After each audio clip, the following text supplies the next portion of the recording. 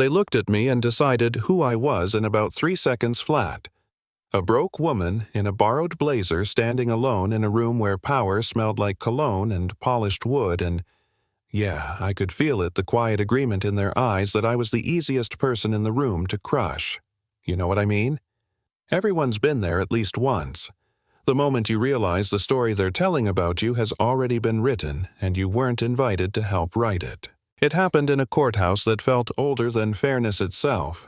Tall ceilings faded. Flags, benches polished smooth by generations of people waiting to be judged. I stood there while the man across from me, the prosecutor, smiled like this was entertainment. He had perfect hair, a perfect suit, and that tone people get when they've never been told no in their life. He didn't say my name right the first time, didn't bother correcting himself, just kept talking about me like I was an object, a problem to be solved before lunch. According to him, I was desperate, careless, the kind of woman who made bad choices and blamed the world for them. He talked about my finances, my job, even my kid like he was reading from a script he'd used 100 times before. And people laughed. Quietly, politely, but enough that I felt it in my chest. I remember gripping the edge of the table nails, digging into cheap wood, telling myself to breathe. In that room, silence was my only shield. If I spoke, I'd be aggressive. If I cried, I'd be unstable. If I defended myself, I'd be guilty. So I stood there listening to a stranger explain my life to a room full of people who were happy to believe him. The judge didn't help. He leaned back like this was all routine, like my future was just another file on his desk.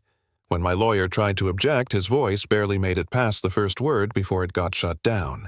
It was clear who the room belonged to, and it wasn't me. That's the thing about being underestimated.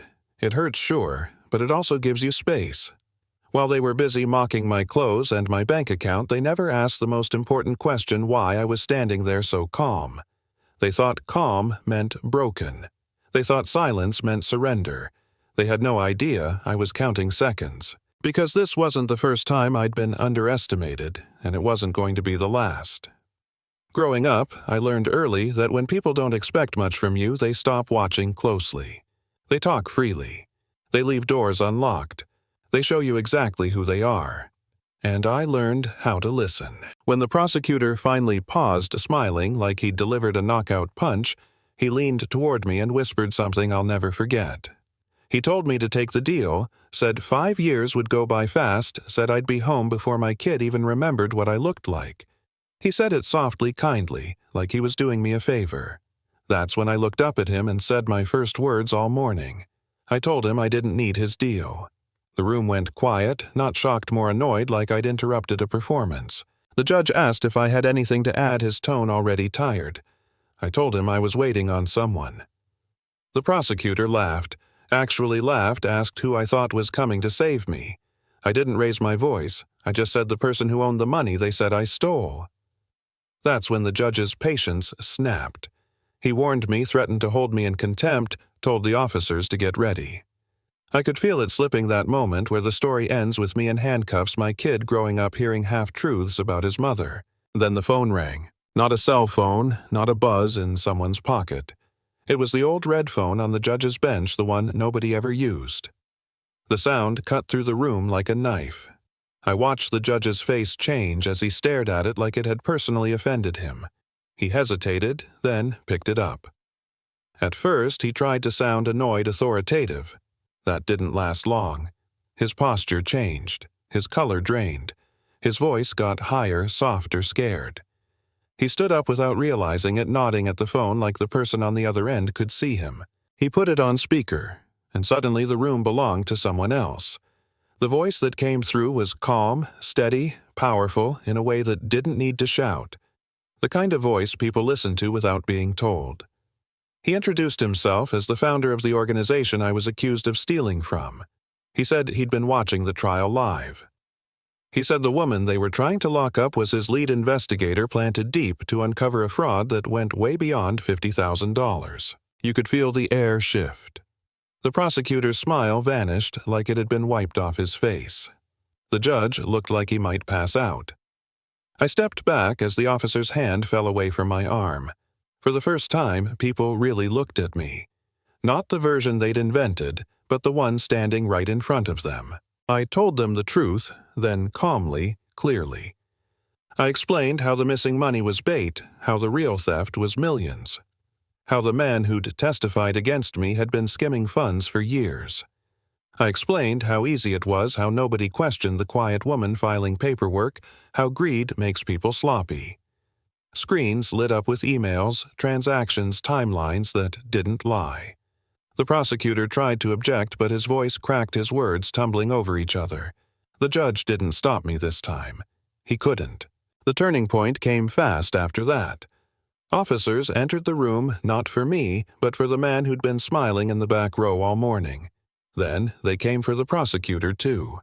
Turns out, when you follow the money long enough, it leads you to places people don't want exposed. Watching him get handcuffed felt surreal, like watching a costume fall apart, revealing someone small and scared underneath. As they led him past me, he asked why I didn't just say who I was from the beginning. I told him the truth, because if I had, he would have treated me like a person. And I needed everyone to see how he treated me when he thought I was nothing. The judge adjourned the court and disappeared without looking back. My lawyer stared at me like he was seeing a magic trick. Reporters rushed forward, cameras flashing, questions flying. I walked out without answering a single one. Outside, the air was cold and clean, like the world had reset itself. I should have felt relief, joy, victory. And for a moment, I did. Then my phone rang again, a different number this time. The voice on the other end was smooth, controlled, amused. He congratulated me, said I'd embarrassed the wrong people. He mentioned a document I hadn't revealed, a page I'd kept back because it didn't quite fit yet. He wanted it returned. He offered money, safety, a new life somewhere far away. Then he mentioned my kid, casually, like it was just another bargaining chip. That's when the fear burned off and something colder settled in. I told him where to meet me, hung up, and made a call of my own.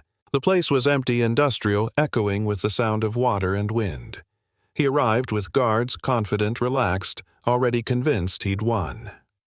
I handed over what he wanted, watched him destroy it, watched him smile as he ordered his men to finish me off.